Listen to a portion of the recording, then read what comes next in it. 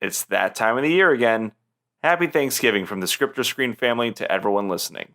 It's a time for warmth, gratitude, reflection, delicious food, and aggressive pugilistic contests.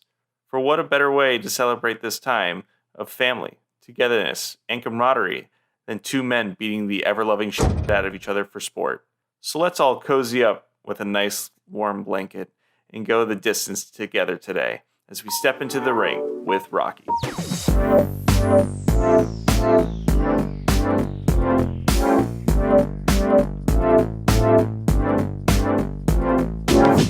Ladies and gentlemen, thank you for joining us again today on this exciting episode of Script or Screen, episode 11, I think, if we're keeping track. I am one of your co-hosts, Zach Strackman. Joining with me is my co-host. Hello, I'm Bob Fingus. Bob Fingus. I will be replacing Christopher Kitchen on this show today. Christopher Kitchen is in Milwaukee. It's weird because you sound just like him. Oh, well, that's because I am him, Zach. How are you doing? Good, sir. Wow, you scared me. I thought I was going to have to be working with somebody I don't know. I'm thankful that we're working with the same people. Me too. You know, Zach, happy holidays. Happy holidays. Let me tell you, this time of the year, it happens to be one of my more favorite times of the year. In fact, every day after October 31st happens to be my favorite day of the year. Because all my favorite holidays are this time. Well, that's not true. Most of my favorite holidays are this time of the year. Let me blow your mind real fast. Go for it. Every day after October 31st is after October 31st, including the next 364 days until the next October 31st. Wow. Who would have thought? That's incredible. Thank you, ladies and gentlemen, for joining us today. As always, we are Chris and Zach, Zach and Chris, Scripter Screen, if you will. Please remember to like, follow, and share Scripter Screen everywhere on the internet. Facebook, Twitter, Instagram, YouTube. And go to our website, scripterscreen.com, to find out where you can listen to our platform. Or if you want to leave us a message, you can do that too. Maybe you can be featured in a future episode. Yeah, make sure you like and share with everybody so we can get more people listening, because we appreciate your ears. And, I think we got a good episode ahead of us. I do too. And I'm incredibly, incredibly thankful. Zach, this episode is actually going to be airing the week of Thanksgiving. Yes. And it'll be the start of like our slate of holiday edodes coming up in the future. It is that time of year, as we said before, and I think we got an exciting lineup down the line as we move into the colder seasons. So, if I may ask, Zach, what is your favorite holiday of the late fall and winter seasons? Well, I really like Thanksgiving, mainly for the food. Of course. Hey, December's always a fun month. You got your Hanukkahs, you got your Christmas, you got your Zach's birthday. That is true. Stay tuned for the Zach's birthday special. It might be coming. It might not. It might not. But yeah, I don't know. I gotta say, like, I don't know if I have a favorite so much as I love the atmosphere of just the holiday season. You know, living in South Florida, we do get a lot of fall and winter atmosphere, I would say. Well, I mean, I like the aesthetics. I like the obnoxiously catchy music. Are you a fan of the Mariah Carey Christmas, All I Want for Christmas Is You? I don't hate song? it. What was the thing they had in the last couple of years was like the sped up version of the music video from Childish Gambino's This Is America, but set to that, and it kind of like matches the dance with the music. Oh yeah, I like that. So there's one not band, but it's like an orchestrate group, if you will, known as the Trans-Siberian Orchestra. Are you familiar with them? I believe I am, yeah. So I remember hearing about this album they had, The Lost Christmas. It came out around 2004, and on that song, or on that album, there was a one track that got super popular that it ended up being every what is it called? Like every song people would put to like the theme of their Christmas lights and everything outside. It was called Wizards in Winter. I don't know if you're familiar with this track. I don't but know. It would go like I don't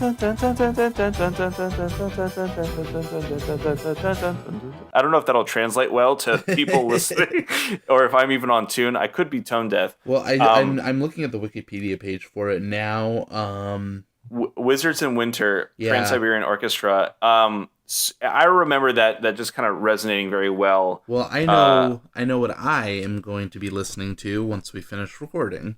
Yeah, dude, go for it. But I mean, outside of, I guess, more fall or winter and Christmas, Hanukkah, Kwanzaa holidays, my favorite holiday forever actually was always Thanksgiving. I mean, I'm a big foodie.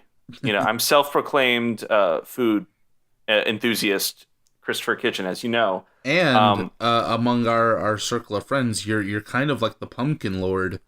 Oh, pumpkin spice enthusiast. I actually, Anissa and I, for our like Thanksgiving contributions, we are making like pumpkin bread muffins. Ooh, that sounds good. Yeah, she's my mother also requested that we make this not peach. It's like a pineapple cobbler for dessert, which was a big hit last year's Thanksgiving. This year's Thanksgiving, obviously, it's a little different because it's not going to be entirely big. I know a lot of families and people are opting out of like the big family Thanksgivings this year. I wish the size of my family catered to some of these rules sometimes. But as you know, I come from a very large family, so we're still all separated across the country. But I will be attending. I will be attending a Thanksgiving at someone else's house. You can attend, family gatherings, but Stay safe. Stay safe. Make smart decisions. Don't share utensils or needles or anything like that. We should have one person serve all the food for everybody, and then that person eat last. And that person just leaves. That I feel like people already do that, and I shouldn't make jokes about that. But at least people in other much higher level social circles than I do. Anyways, I'm getting it besides the point. Yeah, Thanksgiving, my favorite holiday. My favorite dish, I would probably have to say, is Thanksgiving stuffing. Thanksgiving stuffing. That's a tongue twister. Say that 5 times fast. Thanksgiving stuffing. Yeah, and I think more recently, a couple years ago, I went to a Thanksgiving my uncle was hosting, and he made a smoked turkey. Zachary, have you ever had a smoked turkey? I have. It's probably, so then it's probably the most delicious thing that exists on this planet. Oh my God. I'm sorry, Dad. I'm sorry, Mom. I'm sorry, other dad. Y'all, those turkeys, those oven classic turkeys, they don't compare to the smoked turkey. Not even the fried turkey. I had a fried turkey last year. Not even as good at all. Well, yeah, I don't know. I feel like the Thanksgiving plate, it's such a perfect, like, just mix of all these great foods that it's hard to just kind of pick one. It might be sweet potato casserole for me. Ooh, those marshmallows on top. You know who makes a really good sweet potato casserole is a buddy of ours, Marcelo. Oh, yes. I don't even know if it's him. I'm pretty sure it's his mom that makes it. Whatever. He inherited the sweet potato casserole genes. Yeah, it was. I would say it's pretty good. Did you know that sweet potatoes are also known as yams? I had no idea. Are they the same thing? Yeah, they are the same thing. Do a quick Google search. Fact check.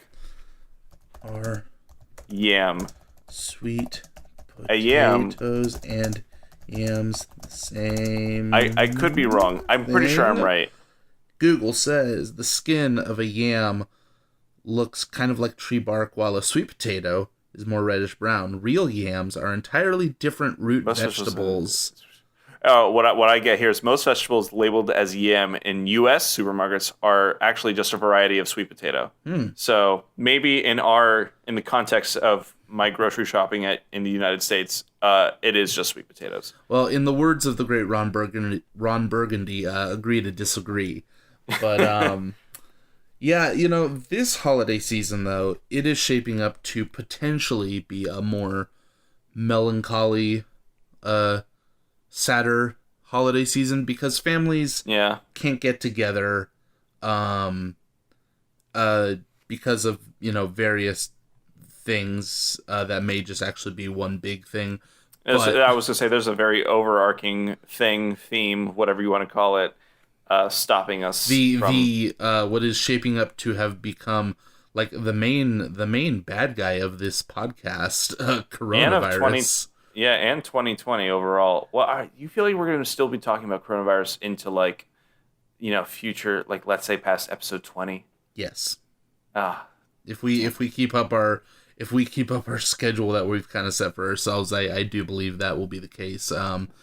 But hey, hopefully everyone's New Year's resolution this year will be to start taking it seriously and start making wise decisions to help slow it down, and that way we can be done with it sooner. But in the meantime, if you need... I was going to say, I'm a little curious, what was your New Year's resolution last year? God, last year, honestly, I think my only resolution last year was that I was going to commit myself to writing much more than I did the year before, which I think I've held myself up to that pretty well because, at least for a good chunk of this year, I've been writing like a mad possessed, but I've actually kind of, to the point that I've burned myself out a little bit, in these last few weeks. Yeah, I had to kind of step away and be like, I need to let my brain kind of let some steam out,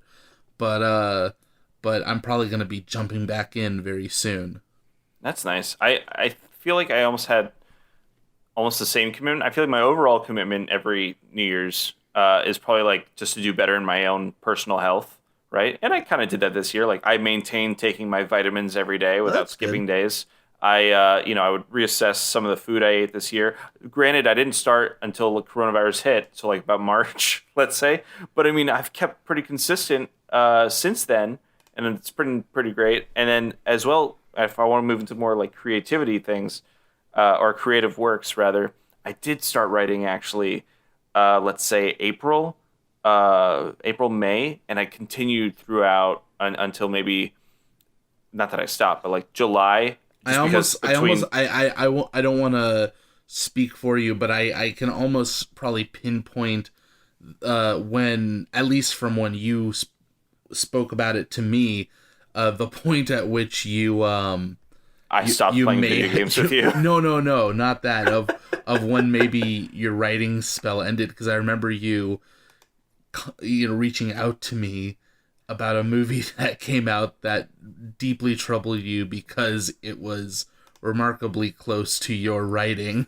Oh yeah, that's true. And I can definitely attest to sometimes that can be a real morale killer. Yeah, we live with that. But that's not the reason why, though. What happened was that between July and August, I actually had to move in the middle of this pandemic. And so I had to put it down as, like, I had, a 2-bedroom apartment. I had to get out and move in, like, across the street.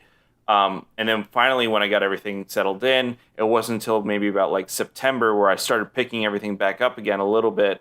And yeah, man, I would say this is probably the first year, though, I've tried to keep true, even if I had a late start to like my resolutions of the year before. So, I guess the next time we come around to those conversations of resolutions and stuff, hopefully it'll be more about the ongoings in the world now that I've kind of figured out myself. Yeah, I think I may, for this year's upcoming New Year's resolution, I may kind of give myself a bit more of an actual like tangible goal. I might be like, hey, I want $1,000 before the end of the month. Right. 2021, like you gotta finish what you're writing. Oh, I feel like Listen, that's different though, because when are you ever really finished with? That's with the thing? that is the curse, because I'm constantly like, oh, this would work better than that, and because you've definitely finished like a couple years ago and decided, let me just redo the whole thing. Well, it's not that I redo the whole thing. It was definitely that I reread it and said, well, this could.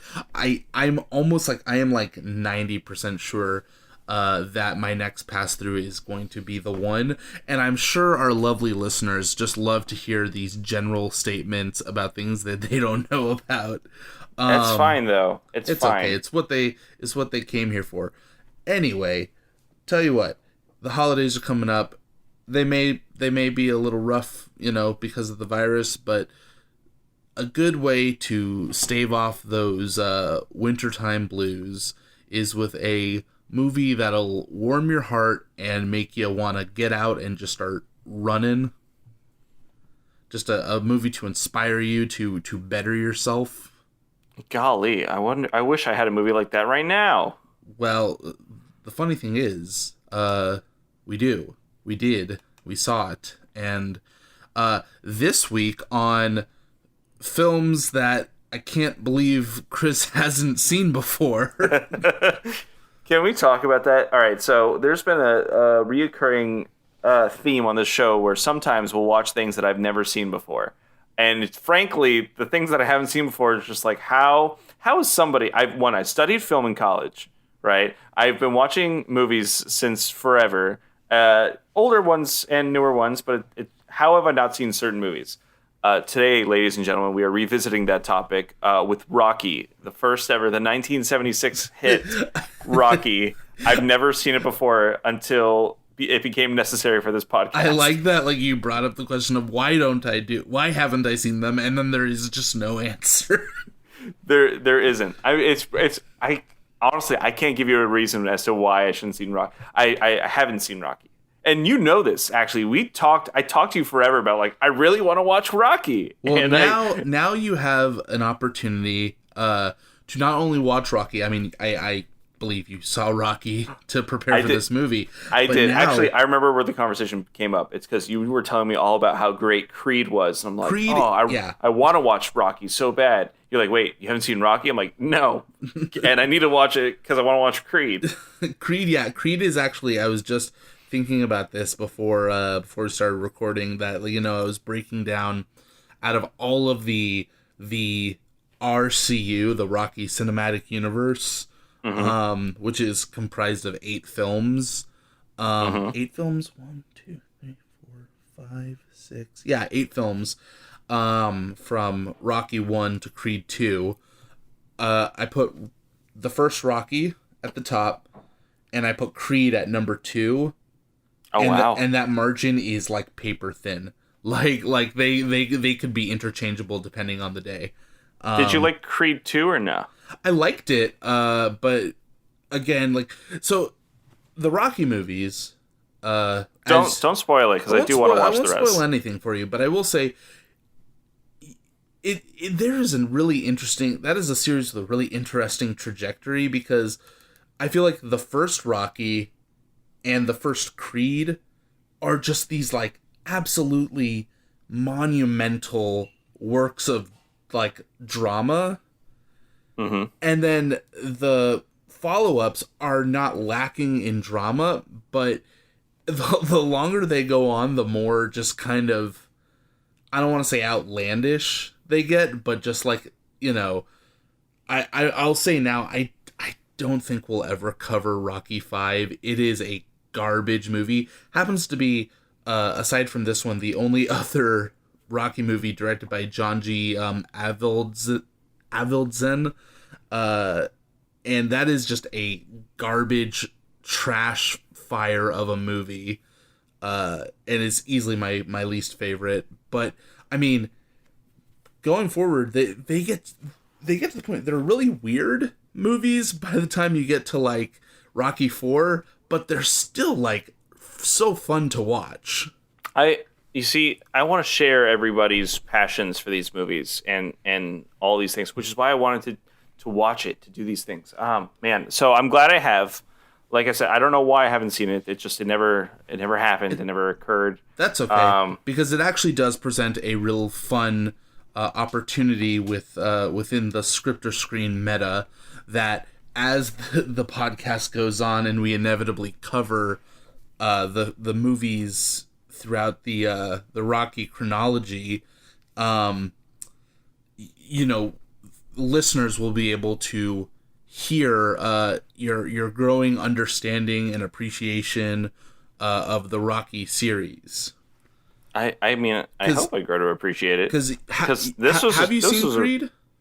No, I told you. Okay. I didn't want to watch it until I was prepared. Okay, good. Because with I the think other films. Creed hits so hard with the legacy of the series behind it. So that's good. I like a good payoff, and a really good not remembrance. I can't think of the word right now. Yeah. I relate to Rocky. I don't know. Where do we begin? I mean, first of all, it's a Thanksgiving movie, first and foremost. So happy Thanksgiving to you guys. Happy Thanksgiving, and it kind of is. It definitely. I remember because I landed on this movie because I was like looking up like ideas for what we could do for these last few weeks of the year. Listen, Rocky's as much as a Thanksgiving movie as Die Hard is as much of a Christmas movie. Well, but I mean, like, I remember like Thanksgiving movies. I typed into Google, and then it was like, well, there's a scene in Rocky that takes place on Thanksgiving, and I said, hey, sold. I said, good enough. You see, I like that though. It's just like, I don't know. I can't remember the last overtly Christmas movie I watched that wasn't like, Tim Allen as the Santa Claus or something like that, and then thoroughly enjoyed it, right? Yeah. Maybe Elf. I guess Elf. Iron Man 3. Oh, I suppose that is kind of a Shane Black movie. If it's a Shane Black movie, it's set at Christmas. Oh boy! Except for The Nice Guys. Actually, I need to watch The Nice Guys. You never seen The Nice Guys, Chris? Chris, what the fuck? I own The Nice Guys on Blu-ray. Oh, jeez. Okay, so there's really no excuse. Rocky is a 1976 film directed by John G. Avildsen, written by Sylvester Stallone, starring Sylvester Stallone, music by Bill Conti. It was released December 3rd, 1976 to a wide audience with a runtime of 119 minutes. A budget of $960,000, which approximately in today's money is about $4.3 million, and had a box office return worldwide of $225 million, which, for fun figures, was a worldwide return of 11,000%. That's math. That's actually awesome. I don't know about you. I love fucking numbers in movies, man. I love budgets, box office returns. I'm obsessed with things like that. It's great. Box Office Mojo, I think I have that as just a shortcut tab on my Chrome browser. Mm-hmm. Just so you know, back when the box office was a thing. I was going to say, didn't they change it though? I think IMDb bought them though and redacted some of the information, or I guess took off some of the available information. I'm not sure. I remember, this year I haven't really checked it because there isn't a box office. I know somebody that was really upset when something like that happened. I mean, yeah, this year, true. With the I don't even want to talk about that right now because there's an article I sent to you earlier about the whole Wonder Woman 1984 thing. I don't even want to think about that. That was kind of upsetting. Anyways, yeah, this movie made a lot of money. For its time, it was the highest grossing film of all time until the following year. A year later, when it was outpaced, when it was pushed to second place by a little indie film called Star Wars. Listen to Star Wars on a future Script to Screen episode. Tune in to find out more. This film, Rocky, won the Academy Award for Best Picture, for Best Director, and Best Film Editing. It won or was nominated? It won. I knew that. I'm reading that right now. Sylvester Stallone, I believe Talia Shire, Burgess Meredith were all nominated for Academy Awards. This is actually a role that Steven Stallone. Sylvester Stallone has been nominated multiple times for his role as Rocky Balboa. I think most recently in Creed. It might literally just be the 2 movies, but I don't remember if he was nominated for the movie Rocky Balboa, which is like Rocky 6. I'm actually there's an article like a piece of information that was cited on the Sylvester Stallone Wikipedia page. I want to read if you let me. Please. And it was upon the release of Rocky that the famous film critic Roger Ebert said that Stallone with this role could end up being like the next Marlon Brando. Yeah, which I don't think necessarily panned out. It didn't pan out. I mean, I would say he didn't do bad for himself in Hollywood. Right. I would say like that critique though, like, but and looking at something like On the Waterfront with Marlon Brando, that's the name of that movie, right? Yeah. Which I've seen, by the way. And then something like Rocky, like, I could see it. Like, the roles are very similar in a way. If you watch the first Rocky, it is absolutely, this is like, you're like, this guy's an actor with a capital A. Mm-hmm. But yeah, I mean, this movie was a smash success. Everyone loves an underdog story. Everyone loves a love story. Everyone loves to see the little man triumph over the day. Listen, this movie was so iconic that the steps to the Philadelphia Art Museum are now known as the Rocky Steps. That is true. And also, Gonna Fly Now, I think I hear like all the time. I have, I knew that song before I knew it was related to Rocky. I would then quickly learn when I listened to that song that it would become related to Rocky. I wanted to share this little story with you because yes, please. Welcome to Story Time or Screen. Oh boy, that'll never get old. So in the 6th grade, newly middle school student Christopher Kitchen went to his English course, which, by the way, the teacher would rotate like every quarter. It seemed I would have a new English teacher or language arts, whatever you want to call the class. It wouldn't be the same person. There was just something wrong with each teacher going on. So by the time we got to like the last teacher that we had, she was like this ex-cop, like super tough, like older woman, and she was really into like hyping up the entire class. Okay. And so she would switch between 2 songs, and then one of them was always Gonna Fly Now. She would blast it like in the beginning of class. She's like, "Come on, get into it, get hyped. We're talking literature. Come on, let's go. Be like Rocky." Like. And then we're all listening to da-da-da, da-da-da. People are punching their fists in the air. We're like, yeah, come on. Let's learn about the Crucible. Let's do some stuff. Like we were in it. That's pretty good. Dude, I was just going to say, like, she knew what she was doing, and I had no idea. I'd like to know what Faustian bargain Bill Conti had to make with the devil to create such a powerful piece of film music, like it is just like, I don't know, there are very few film scores, film compositions that are so immediately recognizable and just have the power to like to make you just want to get up and do something. You know what, even then it's just like this. I mean, the song is throughout almost the entire, or at least like the chords and like the instruments used to make the song are used throughout the entirety of the movie too. Yeah, right? It's basically, you have like the subtle variations. It's basically Rocky's like leitmotif. It's Rocky's theme, as it's also known as. But it's like, and that's like the sole track almost throughout the film. I believe. Yeah. And I mean, you get to see where like a lot of other films, and I mean, they might not be the first ones, and don't quote me on it, but like we going back to something like The Mandalorian, right, where his themes like throughout the entire show, like it's just the one theme really. Like other music doesn't. I mean, there are other tracks in Star Wars, but like we talk about the Mando's theme and how it appears at certain parts, and then there's like the subtle variations of it at other parts. But I love that. I love when they can kind of utilize one theme, one piece of music. In different ways, because though it's still the same basic chords or maybe one song overall, like they can highlight the special moments within, certain scenes to depict like all the best moods, and it's just so great That's that they can do so much. That is a musical technique that the composer, I'm forgetting his name, but the composer for Game of Thrones, that was like a big, sticking point with all the music he made for the individual like families and houses, is that their music had to be versatile enough to make a sad version, a strong, like powerful version.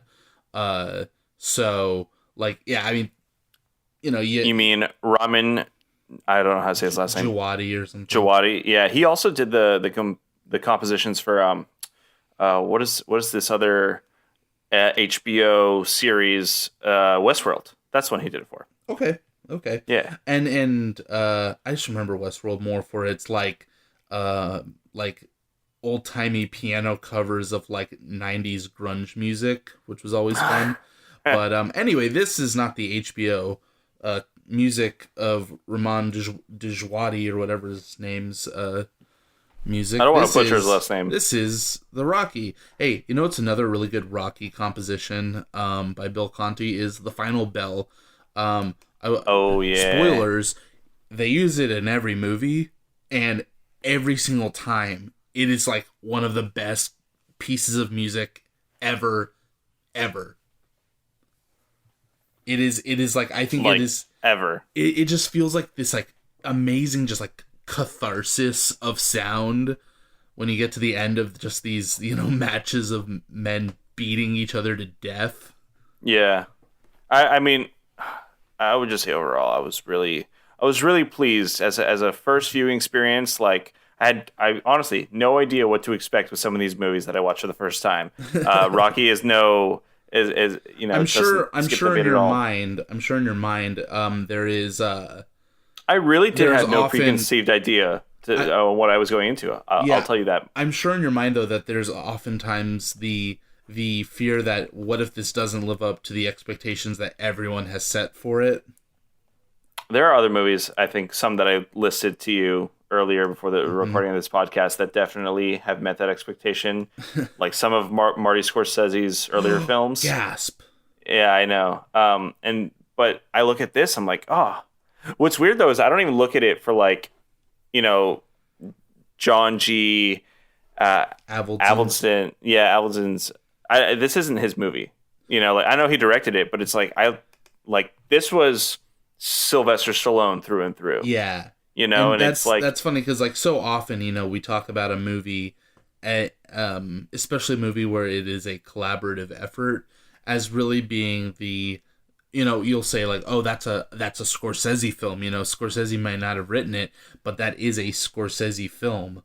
But this, even though Avildsen does a Academy Award winning job, the movie belongs to Stallone start to finish. I was gonna say I like he wrote it and starred in it. Kind of reminds me of that of what's his name? Steve. No, I was gonna say Carell. It's not Carell. I can't believe I'm blanking on him right now. Who are we talking about? Not. It's not. It is Steve Martin. I'm like, Steve Martin writes and direct. I mean, outside of being a comedian, he's not really known for directing his own films. I want to say it's more like he just writes and stars in them, so that he's kind of has the opportunity to do the performance and also to like, focus on these things, just the jokes, right? His performance.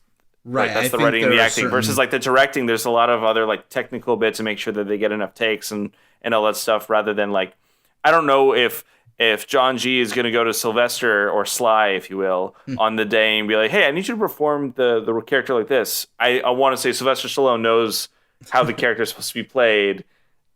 Yeah, I mean, what do you think about that? I'm pretty sure that there's videos of Stallone where he basically, will say with almost like giddiness of like how Rocky as a character is just him. That's how he was back in the day. He was a bum on the streets, when this movie was coming out. This was, I think, Stallone's like third film uh, his first film, I don't know if you know this, his first film was a softcore porn. Oh. I did not know that. Like what HBO used to make. The Party at Kitty and Studs. Ooh, that is... Okay, so this was not his like third film. This was like his 1, 2, 70s, 3, 4, 5. 70s adult movies 6, were different from the ones we know now. Seventh film.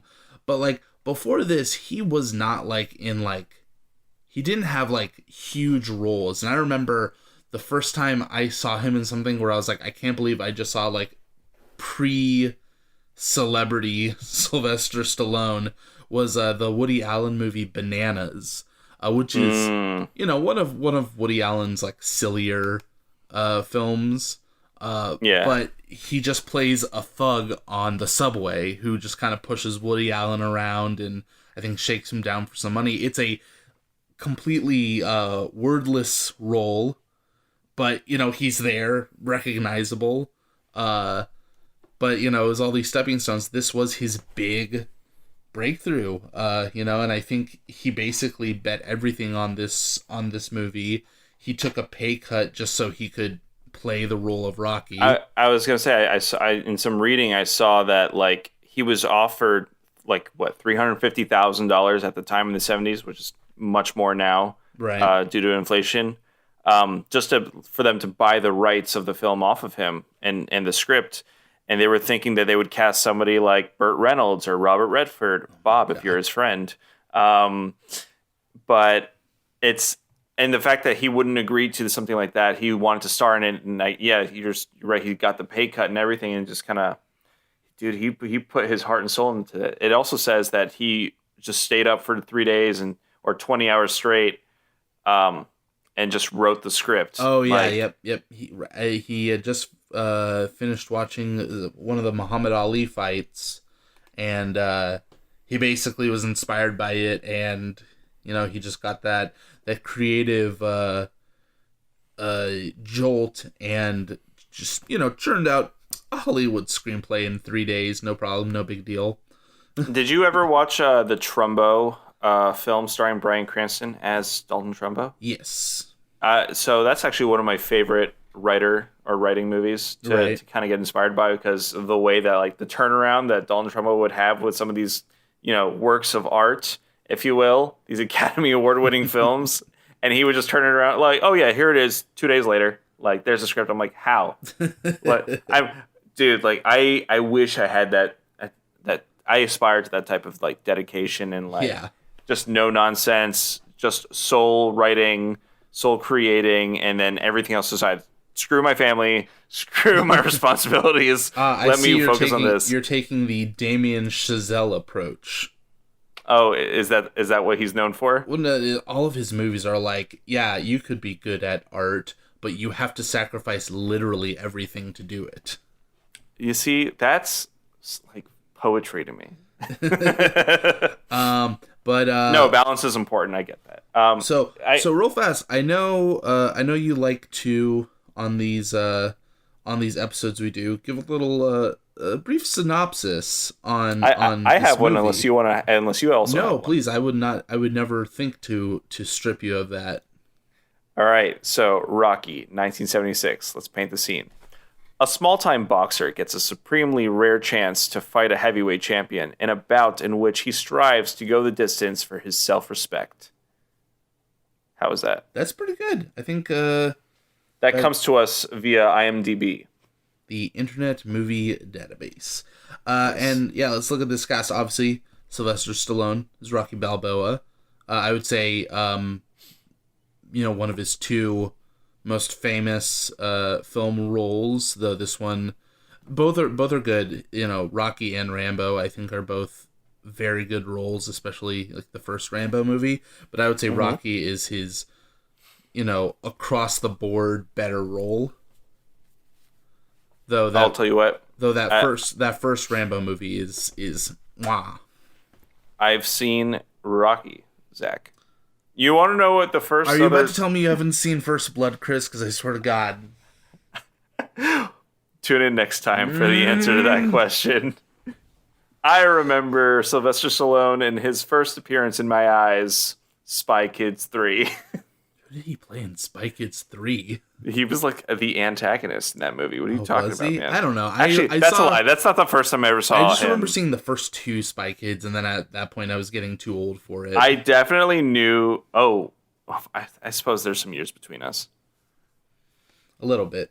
But then, going down the line, we got Talia Shire as Adrian. Fantastic. Talia Shire, obviously she has these movies. She's in the Godfather series. Oh, that's not the only cast member that's in The Godfather in this. Oh, yeah, I know. Yeah. Burt Young as Paulie, Adrian's good-for-nothing brother. What do you think about Paulie in this? I have my thoughts on him, and I think as we go in, we'll get to this wonderful character of Paulie. Carl Effing Weathers as Apollo Creed. Sorry. Thank you. Excuse that. Grief Karga himself as Apollo Creed. Who, by the way, has just just like he had in Rocky, he brings the same enthusiasm with him into into the Mandalorian. Yeah, I definitely think for Mandalorian, Carl Weathers dusts off a bit of the Apollo. Yeah, for sure.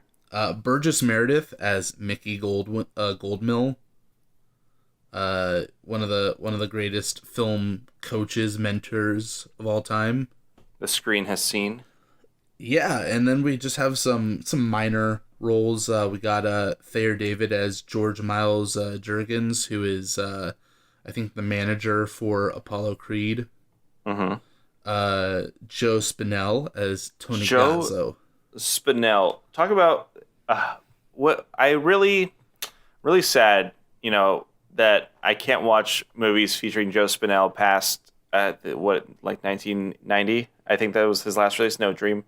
What was it? Dream Pilot was a TV show. But I loved him, his small role in Godfather. Yeah. Right? 1 and then part 2. I guess part 2 is more like flashbacks, but he's such a good face. I don't know. I like this guy. It's such a minor role character, but I like seeing him around in some of these classic films, Yeah, and then to learn that he had passed away before I was even born, it's sad. But yeah, Gazzo, he's an interesting character. Talk about a character who you would think is just kind of this skeevy, scummy dude, because he's a loan shark. He's like a mob boss kind of guy. He's a loan shark. He loans out money, sends Rocky to break people's thumbs when they can't pay up. But he really, he has Rocky's back, at least in this movie. Yeah, he's not as bad as some of the ones that we've seen. Yeah, Tony Burton as Tony Duke Evers. That's Apollo's coach / hype man. Hype man. He's the guy who's like, hey, you gotta take this boy seriously. Yeah. And Pedro Lovell as Spider-Rico. I think the only I would say he's probably the most, not minimal character, but yes, I will the say the minorest of all the roles. I would only say the only reason he's worth bringing up is, one, he's Rocky's first in movie fight, and he pops back up in a minor role in Rocky Balboa. So okay. Again, minor, not a huge thing, but yeah, this movie, it's got a good cast. It's got good music, and yes, please. I just wanted to kind of gear or gauge your interest, if you will. What? I mean, I could only imagine this is maybe your 1,000th time watching this movie. Let's pretend you've seen it at least 1,000 times. I've watched this movie a lot.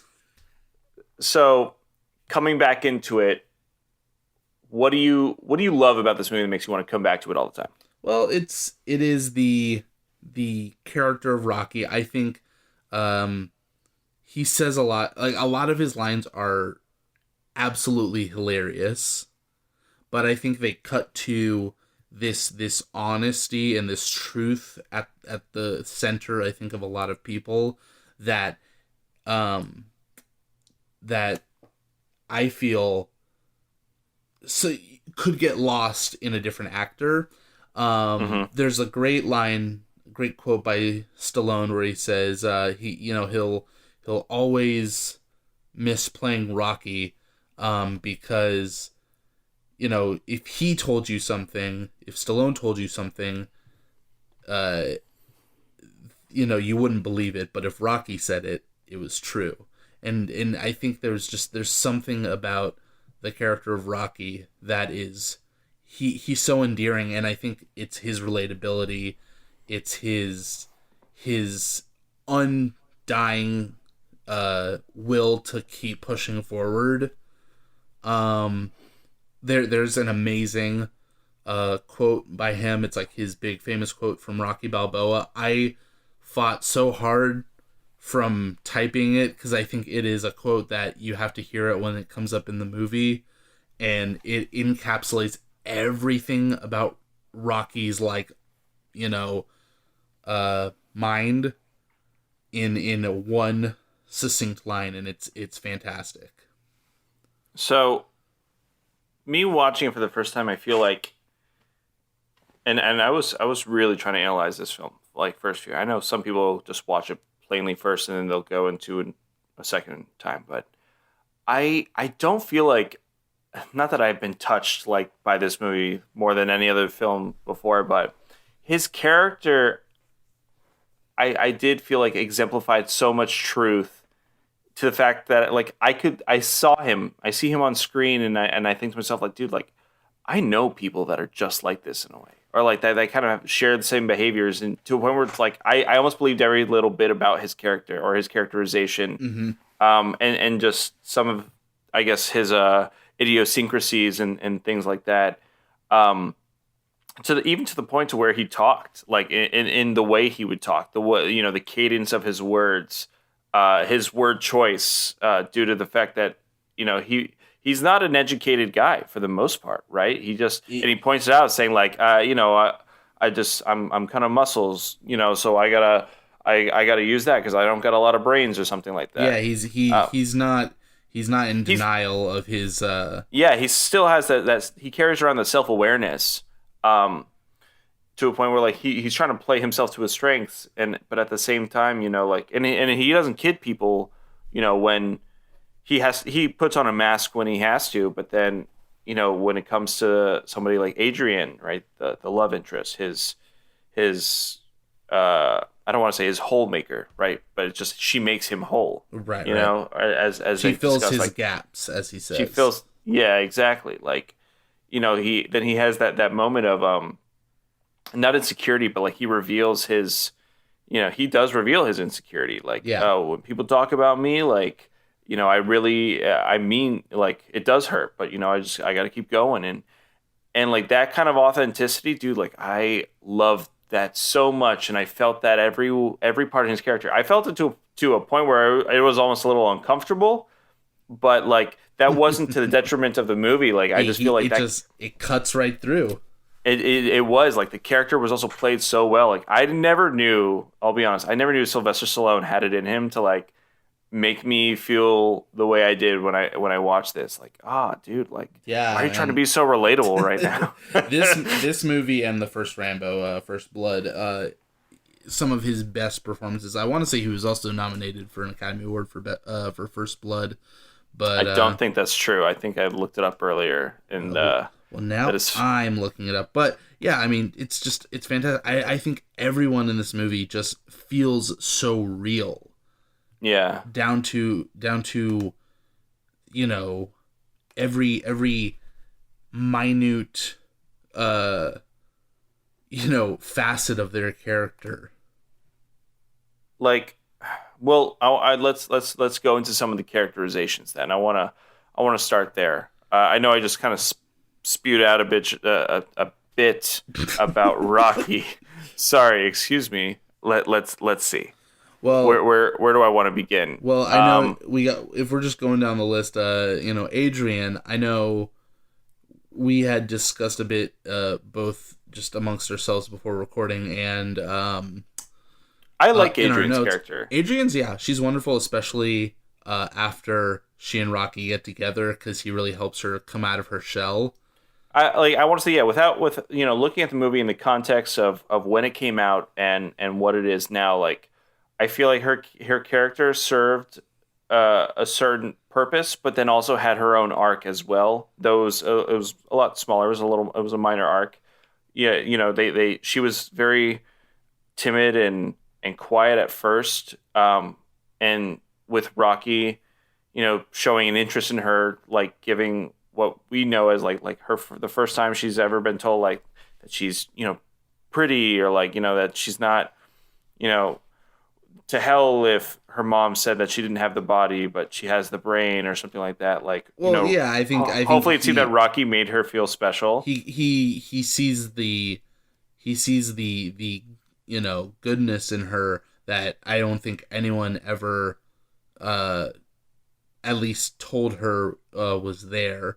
Yeah. And they're very different, in terms of characterization, but their circumstances are so similar, because Adrian is also one of these people who is, she's dreadfully shy, but it's because everyone in her life kind of beats her down, and it's just constant criticism. It's her the shopkeeper, the pet shop owner, basically is like, hey, you need to go clean the cat boxes downstairs, when she's like in the middle of a conversation. Polly is a literal human dumpster fire. He's not the greatest. What is he? Her brother, right? He is a piece of shit.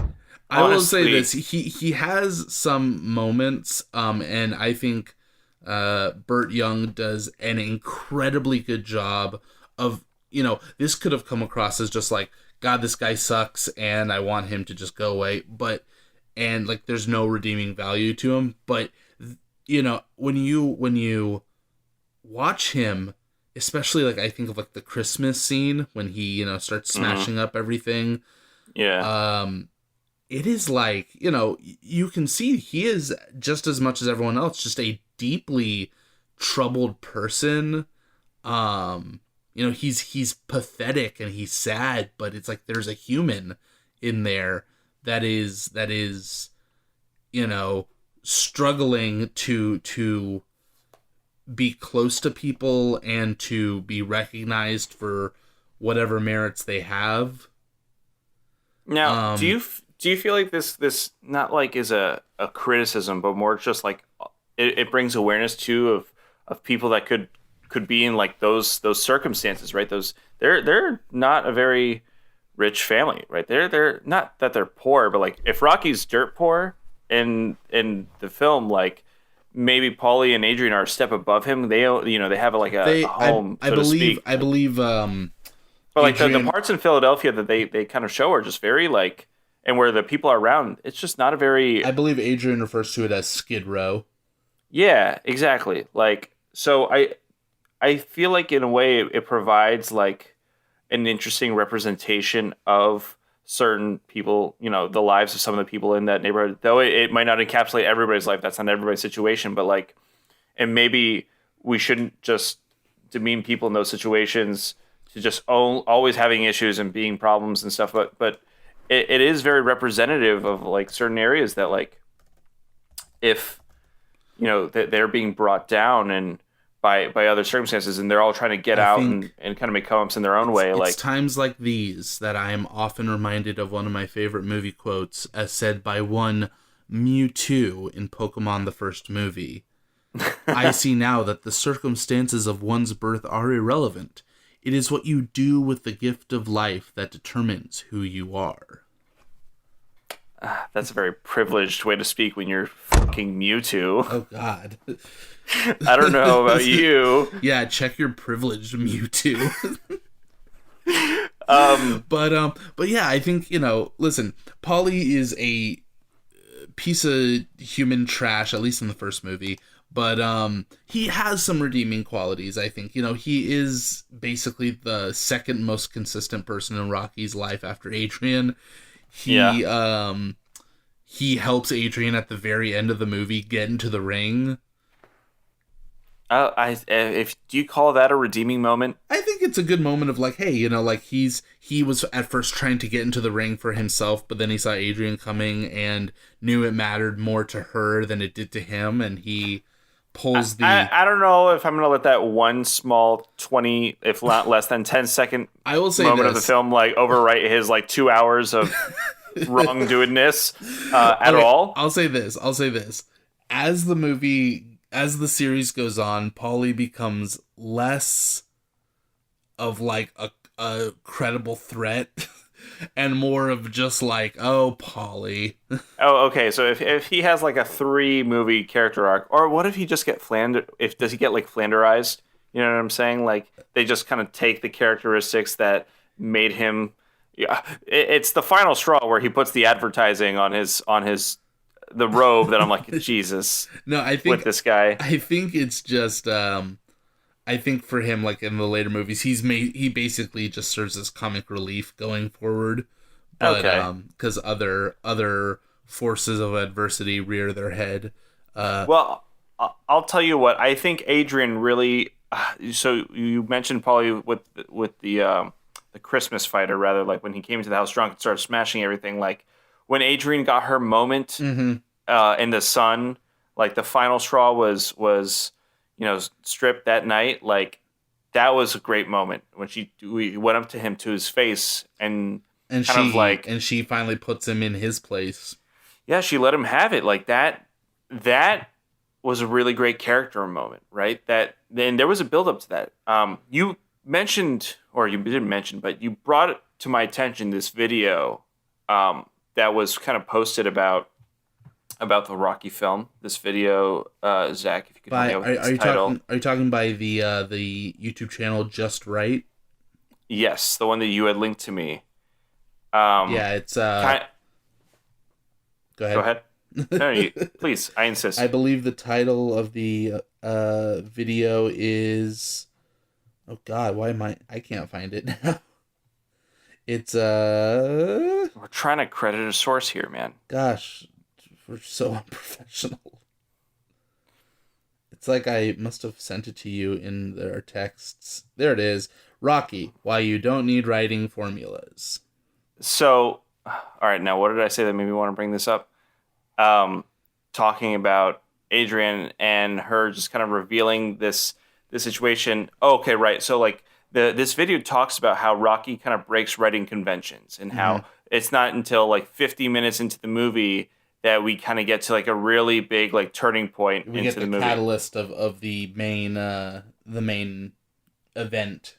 Right. Like, we kind of get Adrian's story in the beginning, right? Not even our main character's story. Like we get Adrian's kind of character transition from the beginning to this point almost. And I would say this point in the film is like, it's maybe like a little over halfway, right? I don't know. What do you think?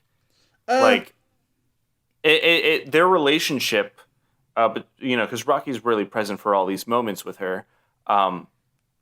We get that build up first, and who Rocky is as a person, and what these kind of things mean to him, like his relationship with people in his community, and his lady as well. Of the people, yeah, he is, and this is such a great moment that we get some focus on. That it's not that I forget about this fight and overarching theme and everything, but I like how this video is presented to us that like Rocky breaks all these conventions of writing, and in reality, like we still are just presented with really great story and character movements and moments. I think it's really interesting because I made this note, which it kind of ties into what that video talks about, in that those early scenes are so integral to developing who Rocky and who Adrian and all of them are, that the movie would not be as impactful as it is without those scenes. And like I think of like these early scenes when Rocky is going about his day and stuff, and people are just the worst kind of people to him. And you juxtapose that with how people treat him after he has accepted the fight against Apollo Creed. that, people are coming up to him on the street and they're like, hey, Rock, yeah, go. And then Gazzo gives him like hundreds of dollars to take care of himself, and girls come into the gym to get his autograph, and it's such a jarring shift for him, but it wouldn't matter to us, the audience, unless we had spent that hour leading up to, the challenge, seeing Rocky, seeing Adrian, seeing them in this world that chews them up and spits them out on a daily basis. Yeah, I was gonna say, like, seeing, because a lot of the beginning of the movie is just about how Rocky handles being alone for 75% of the time, and the other hand, like, when he isn't alone, like, how does he communicate with people, and what are those communications, and how do they affect him, right? Like, you look at somebody like Gazzo, right, and they have some sort of camaraderie. Like, he's Gazzo's muscle, right? Get like along. They get along as much as any employees would get along. Yeah, I mean, listen, for a loan shark, the fact that he didn't like off, Rocky for not doing his wishes, not breaking the guy's thumbs, but they have their own way of figuring that stuff out. Like, that was kind of really great, and we also get that interesting character moment with Rocky, right? Like, he's this big guy, like he's working for a loan shark as his hired muscle to pick up the money that is owed. And lo and behold, when he gets this guy, like, he doesn't necessarily rough him up, but he says, like, how much money you got now? Like, when are you going to get the rest? Like, all right, he told me to break your thumbs, but I'm not going to, like... And then later on, he says to Gazzo, like, oh, like, I thought if he had broken thumbs, then he wouldn't be able to work, so how would he make up the money? Like, he does have this heart of gold. He does, yeah. And I mean, like, you could tell when he says that, he's just making excuses for just, not being a horrible person and willingly breaking someone's fingers over what, $40 or something. Exactly. And then later on, you get the example of when Rocky goes and walks this 12-year-old girl home. Marie, who will never play a role ever again. Well, I don't know. Let me, in my imagination, that's what I don't know. I guess until next time. Maybe down the line in a couple of movies, or in like 6 or 5 movies, it might factor into things. Let's see. Whatever. If anything, then they've laid the ground. Regardless, like, that moment that he's telling her all these things, like why she shouldn't be hanging out with guys like that, and like what they're really after, and she shouldn't, surround herself with people like that. Like, he's legitimately trying to help and coming from a good place. Though it also comes off as a weirdo in a way. Like, I don't think people look at Rocky and think like that's a great guy. I feel like, well, they see him as a bum. He's nothing but a bum. Exactly. And so, like, I can understand, like, this girl, I'm sure she's a little more hip with the times. And it's like, who's this bum, like, this walking creepo. me? Screw you, creepo. Exactly. Like, though, in reality, like, he really is trying his best. Let me tell you, this movie made me think about the way, like, I've treated people in the past, especially people who I thought of Rocky reminded me specifically of. And I'm like, man, like, I'm no better than Marie. Like, at times, like, and now I feel like garbage. Zach. Well, I do. Like, I am like, dude, like, what if these people just have hearts of gold? you never know, right? Well, and I'm sorry, that's okay. How about tangents. This? How about let's shift over to a different character, one who, here, let me paint a picture for you. Okay. So what kind of painting do you like? It's oil on canvas. Okay.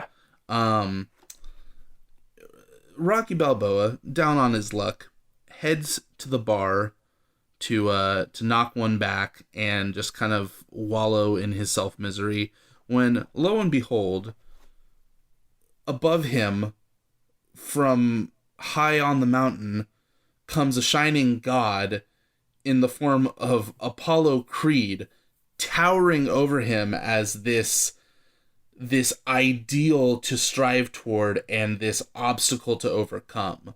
Because that is how we are first introduced to Apollo Creed. He's just the best, man. He is this figure on a TV that is specifically framed above Rocky, as if standing on a pedestal. This is a man who has everything. He is on top of the world, and he is larger than life. And what and what a fantastic character Apollo Creed is. Yeah, I feel like I didn't know what to expect from Apollo Creed. Like I said, I had no idea what Rocky was about, really, in reality. You watch it, you're like, this is about boxing?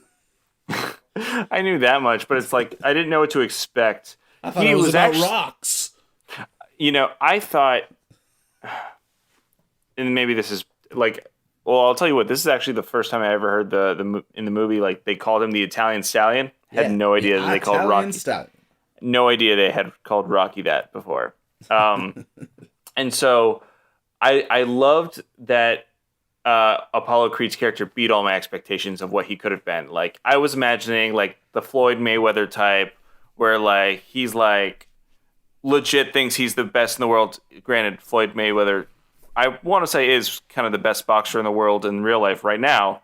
I don't know how he would stack up against like Muhammad Ali. Or I don't really follow modern sports too much in the at least in boxing, so I wouldn't know. I watched like a fight, if not two, but that's besides the point. Anyway, so while there's still this sense of showmanship and Apollo really just he knows the business, he knows how to organize it, he knows how to hype it up, but the fact that he comes up with this really great idea on how to kind of counteract his bad luck in like terms of like organizing a fight. Like, right. He said, why don't we give one of these guys like a shot at the title? And like he goes and looks through this book and recognizes like Rocky's character, right? Like he looks at him and kind of describes Rocky and not necessarily in a facetious way or like in a malicious type of way. Like he thinks that this would actually genuinely be like a good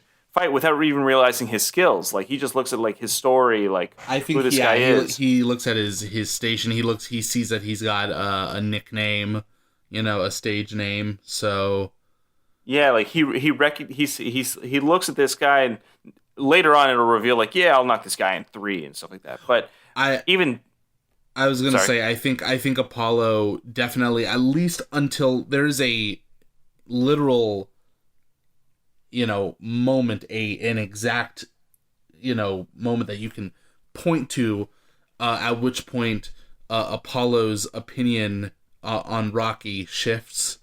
But until that moment, which we'll get into in a minute, Apollo only values Rocky, I think, in terms of what he can do for his own career. Yeah. Because he sees that, I'll give this guy a shot to at the title, but at the end of the day, I'm the champion, and I'm just gonna show everyone I'm undefeated. I don't think I'm gonna show everyone that I'm the best. I'm gonna do it on the bicentennial. Apollo's awesome. He is a really cool character. I like he even his stuff in the later movies is really good. But I know that he dies in the later movies. I won't tell you that. I won't tell you anything. I'll say nothing.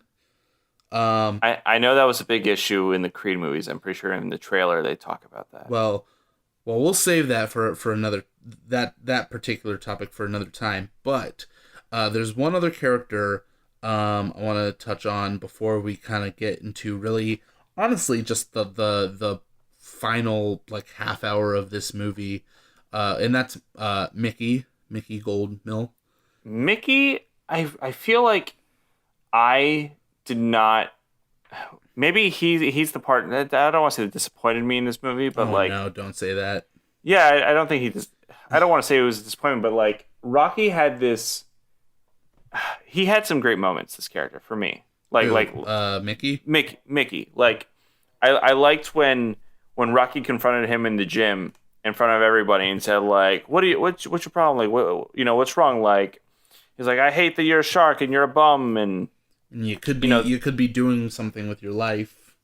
You're so great, and then it's something else. Like he kind of throws all that at him. I'm now maybe you can remind me here, but at a certain point, Rocky's confiding into Adrian about how nobody cared about him before, wanted to give him a chance before, but like now they're interested because Mickey did offer his services to manage him. Right. You know, like, and I don't remember if that was before or after that conversation.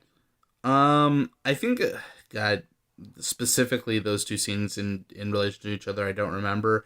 I just know that scene of Rocky and Mickey kind of having it out in Rocky's apartment, where, you know, Rocky says, like, you know, you never wanted to help me out before. You never wanted to help me out before, but now that I'm going to be famous, now you want to help me out. And I think, you know, I watched that scene and how Mickey kind of, he loses like his aggression.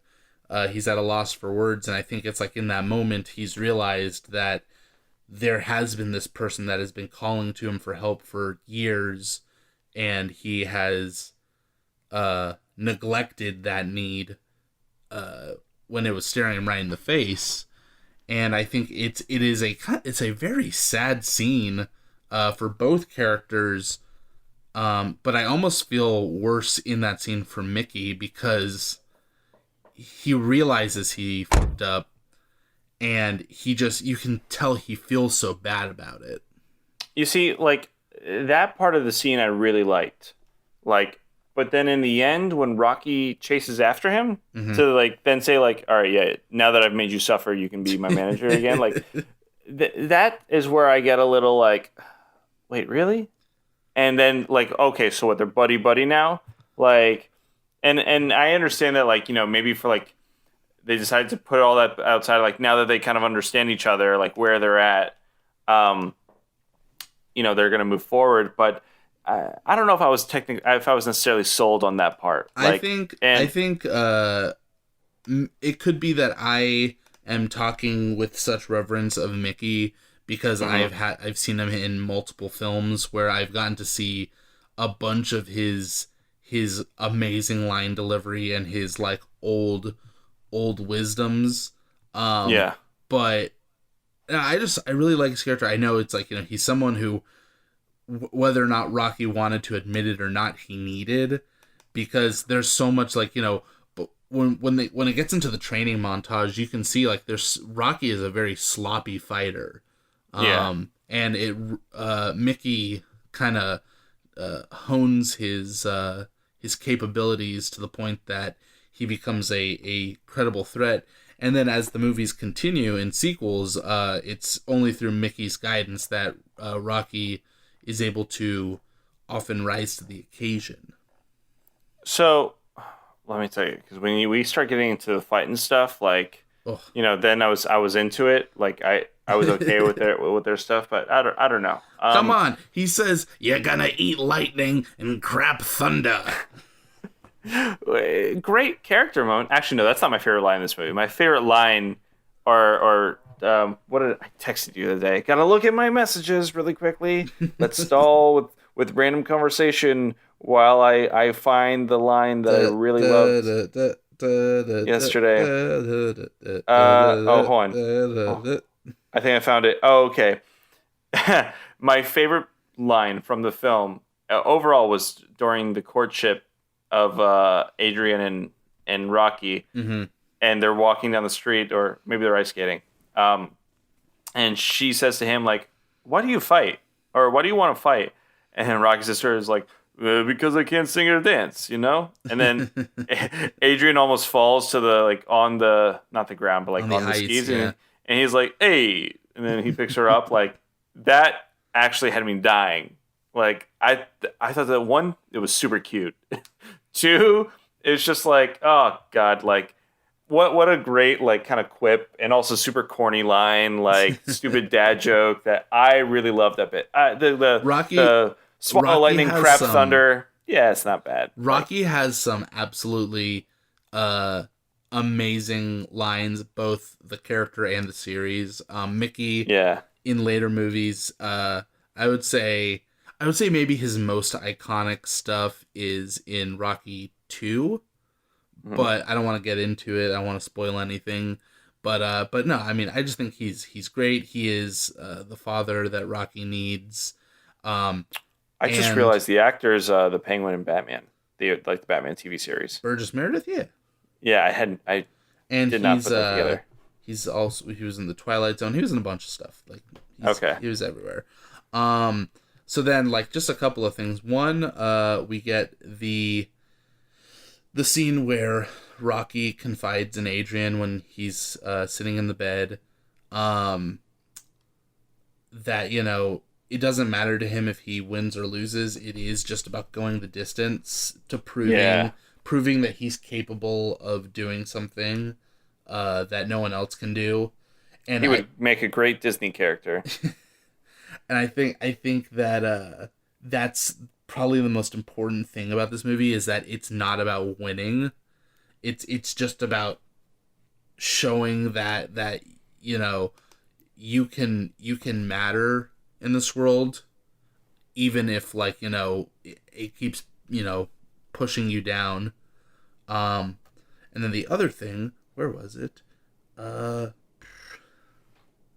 I was just looking at it. Oh, it's another one of these amazing shot compositions. It's when Rocky goes to the ring the night before the fight, and he's standing in the middle of the ring, and there's this amazing shot of him standing. I love that. And the banner behind him of Apollo Creed, and Apollo is just towering over him like a giant. Yeah. Also, I hate that they got Apollo's poster like done kind of super detailed, and then Rocky's just looks like kind of a blob of a man. Well, I kind of at least in the face. I chalk that up to maybe just it's Apollo's group, you know, wanting to make Apollo look good, right? But you know, dude, that takes us to the main event. Dude, what a fight! This, I think, it accounts for maybe like 10 minutes of the entire movie.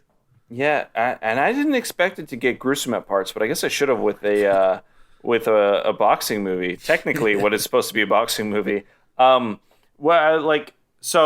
I think there was something a piece of dialogue listed earlier in the movie that told us that like Apollo Creed hadn't been past a third round, or like with anybody, and that's why he's undefeated. There are three little seeds planted earlier in the movie. Number one is that no one has gone the full 15 rounds with Apollo Creed before. Okay. Number two, one. Apollo Creed has never been knocked down. Okay, number two. And number three, that out of all of his fights, Rocky has never gotten his nose broken. Oh yeah, that dude, I loved that bit. That was his like, look at this perfect nose, never been hit, never been broken before. And I'm proud of that. I'm kind of proud of that. Yeah. And so these are kind of like, I think, are big like things I like. You know, when they are mentioned, I don't think anyone seeing this movie for the first time goes, "Oh, that's gonna happen. That's gonna happen. That's gonna happen." But they are kind of our three metrics of like how the fight is going. So like obviously when everything starts, I love Apollo's entrance. He's like throwing silver dollars into the crowd, and he's dressed up like Washington crossing the Delaware. Yeah. And I love Rocky's line. He's like, he looks like a big flag. I like, well, listen, the shameless advertisement, and I like the on his robe, and then the announcer's like, oh, what's that on the back of his robe? It says something about fish. It's it's the company that the dude was working at, that Paulie was working at. And that was just, oh god. It's like, oh yeah, the robe's a little too big, you know? Like I wish it was you know why they had that line about the robe being too big? Why is that? Because when they went to film the scene, the robe was too big. So they added it to the script. That's awesome. But there was a part of the fighting, and maybe this is just the way it used to be. All right, first of all, before I even get into the fighting, I pointed this out in our notes, and I just wanted to bring to the audience's attention. Outside of starring and also go ahead. Writing in the film and going out and trying to get it made, Sylvester Stallone's also responsible for choreography in all the boxing in the entire film. Yeah. Like I saw that as a rolling credit. I was like, oh, dude, like that's awesome that he put that in there as well. So made for a super interesting fight. And I guess that kind of leads me to the next bit. Now, I don't know if this is necessarily how it was just shot or what to expect, but some of the punches and stuff being thrown, definitely somewhere misses that like they were like he was on purposely dodging. But some of these I'm like, wait, is he actually hitting him, or is those supposed to be like they're just dodging each other? I believe I've from all the Rocky films I've seen, which is all of them, that I think it's a common Rocky thing where he'll take headshots that don't really amount to much. Okay, but I don't know if that's just because like the way that like there's no stunt doubles or like what it is going on. Like I think maybe there are stunt doubles, but I didn't know necessarily watching. I couldn't necessarily tell. Usually I could tell. This time I couldn't. But yeah. Either way though, it's when the fight starts going because of course, like you said, Apollo Creed is telling everyone, "I'm gonna knock him out in three," and he's like holding up 3 to the audience and stuff, and he's being a showman and stuff. Is. And as the fight starts going, boom, Rocky just knocks Apollo down. In what the first round or the second round. So Apollo has now been knocked down for the first time in his career, which is amazing. But then I love that Apollo isn't a paper tiger. He talks a big game, but he has the ability to back that up. Yeah. So he gets up. He's a little dazed, but he gets up and he gets Rocky back and he breaks Rocky's nose. Yeah, that's true. What I loved going into this fight, like kind of continuing that, is just like the amount of not passion. I guess I would call it passion that these guys have for wanting to fight each other, and like no matter what's kind of happening, like just stay down or like take the hits or whatever. Like they just keep going. Like even even Apollo says at one point, like, oh, like. I gotta go. Like I want to keep going. Like I forget the exact line that he delivered, but it was just, dude, like that's great. I love that moment that they were like super. They really want to take each other seriously. Like this wasn't just like a fight anymore. Like I think they were also kind of enjoying the fight. We didn't get that moment in the end of this movie. I assumed because Apollo returns later in the later films that I know about, that they form some sort of relationship or something. I'd like to think. But that was kind of, I think, probably a major stepping stone for that success in their relationship in future films. Well, yeah, I would say you'll learn a lot more about their relationship going forward. How it goes, their rivalry, I'll call it. But yeah, call it rivalry. I do want to add though, like some of the stuff did get a little gruesome, Zach. Yeah, there was a blood I was not expecting when I was to say Rambo. Before you get there, before we get to that final round, there's a few other little notes of the fight as it went on. One, I like the Apollo's ring round announcing ladies. Oh, the ladies that walk. They walk down with him. What do you call it? Statue of Liberty. That's great. He's Mr. All-American. And I like that by the end of the second round, they've both kind of like come full circle of like, okay, it's a real fight now, because Duke Evers even has that line when he's talking to Apollo, and he says, this guy isn't treating this like it's a show. He's treating it like it's a fight. So get your head in the fight. Stop trying to joke around and treat the guy like the threat he is. Yeah. And it's kind of that wake-up call for Apollo. And then lastly, it's like as they're doing the montage of the rounds going by, you see Rocky stand up from being knocked down, and it's when Apollo has already kind of gone, he's turned and he's celebrating, and the look, I wish I could, I gotta screen cap the look on Carl Weathers' face as he is seeing this dude get up for the 100th time. Yeah. And just being like, dear God, what have I gotten myself into? I was super impressed by the end of all this, to say the least. I had no expectation of what the fight was going to be or how long it was going to last or what they were going to do. And I know they laid some of those breadcrumbs, and maybe you could pick up oh, he'll probably get his nose broken. Oh, it'll probably last more than all 15 rounds or something like that. But it was just super enjoyable to kind of see everything unfold. And I mean, this is probably one of the more enjoyable boxing movies I've had the opportunity of watching. Yeah, there's outside of Rocky, I don't know how many are at, $1 Million Dollar Baby. Yeah, hey, that's a good one. If you like the fighter. The fighter's good. Is that boxing or is that MMA? Oh, actually, I'm thinking of the Warrior. Oh, okay. Well, which one?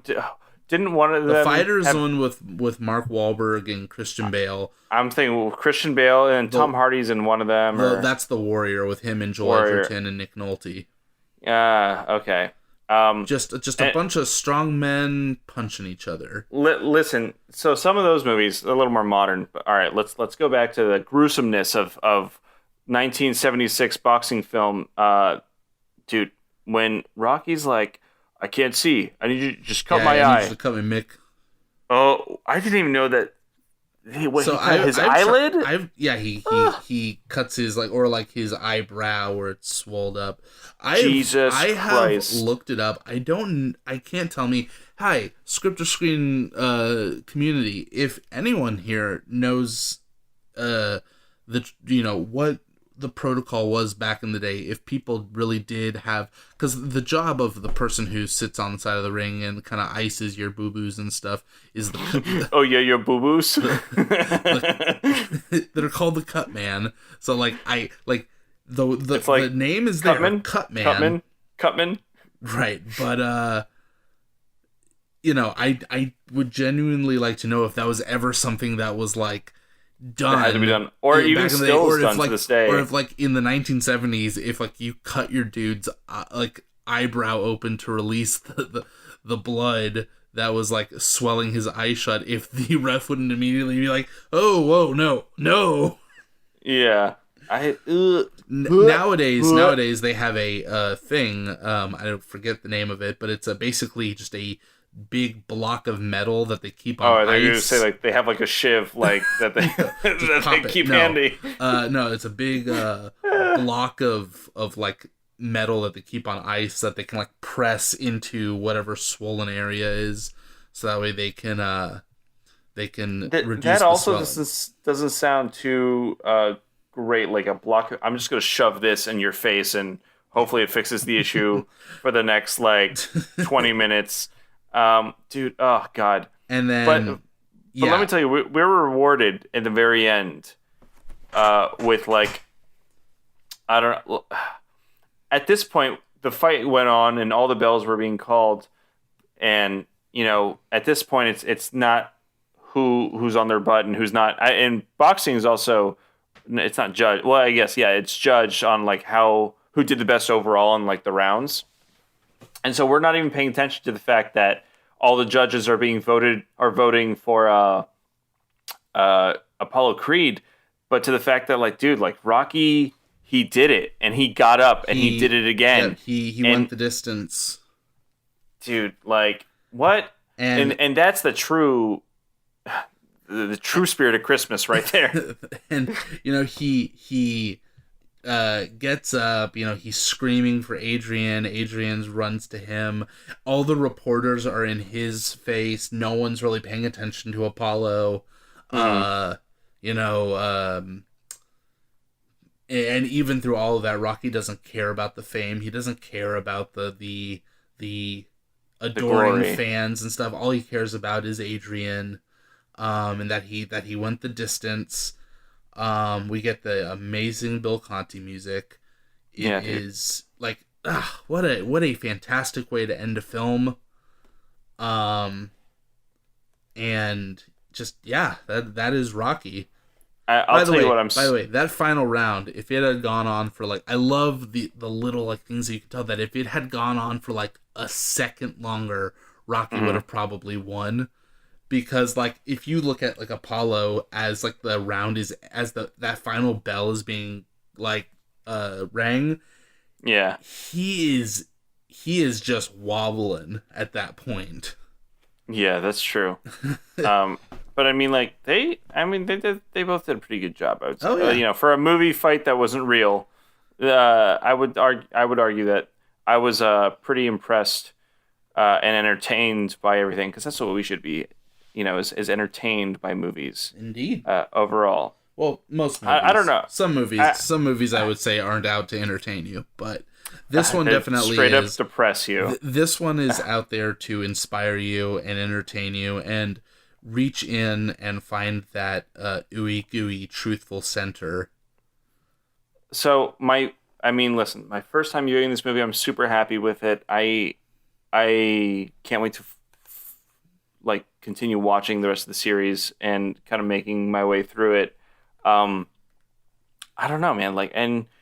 And now that we have this amazing time during the holiday season, I'll try to watch the second one soon. Well, listen, our next episode is not the second one, so I got to focus my attentions elsewhere. But that's okay. I think we'll try and follow this one up pretty quick, because there's a lot of movies in the Rocky cinematic universe. I know it's not called that. You heard it here first, folks. Script or Screen dubs it the Rocky Cinematic Universe. Yeah, so when we it's actually the Rocky and Creed Extended Universe, so it's the RCEU, but Jesus, now it's getting all technical. Now right. I'm getting less and less into it. Zach, come on. But we will follow this up soon, because I do really like all the Rocky movies, and they're super fun to watch, and it only gets sillier from here. Oh boy! Well, at least it's not like James Bond in that sense, where some of them do get pretty silly. Hey, we're gonna go to some pretty silly places on this journey, so buckle up. All right, seatbelts on. But yeah, man, I don't know. Do you have any last thoughts about the film? I feel like I've said my piece. I have said my piece. This movie is fantastic. It is an absolute treasure of classic Hollywood, and it's an iconic work of art. It is a solid staple of Americana, and I am happy that you were able to finally experience this in your life. Thanks, man. And trust me, anytime you're surfing the channels on TV now, and you see Rocky's on, you're gonna get that thing in the back of your head. You're like, what scene are they on? Joke's on you. I don't pay for cable anymore. Whenever you are surfing through your channels. All right, so I'll ask you this final question before we say our goodbyes. I'm actually going to Philadelphia next year. I have a wedding to attend in Pennsylvania. Oh, wow, nice. Well, at least so far it's planned, so we'll see if it happens due to pandemics and all that stuff. I'm pretty sure it's happening. I don't want to give anybody any doubts. Anyways, so should I go to the steps and do the Rocky dance? Absolutely. The Rocky run, if you will? Yes, no, 100% you should. I will. Maybe I'll even post it onto our Script or Screen pages. Ooh. We'll see. But Zach, I want to thank you. Well, listen, actually, you brought me into this world today, so I'm gonna let you take me out. Hey, Chris. So I'd just like to thank you. Oh, you're welcome for coming on this journey with me. I'm glad I was able to be your Rocky Sherpa, and I hope to guide you even further on in the world of Rocky, and to all of our listeners, thank you for joining us again for another lovely time. If you have any other movies or series you'd like us to cover, let us know. I have been Zach Strackman. I've been Chris Kitchen. Friendly reminder, our episode on Watery comes out next week. Please tune in for that. Everybody, thanks. Like, favorite, subscribe, as the influencers say. We are on Facebook, Instagram, YouTube, and Twitter at Script or Screen. And also visit our website, scriptorscreen.com, so you can find us on all your favorite platforms and leave us a message. Thanks. Bye.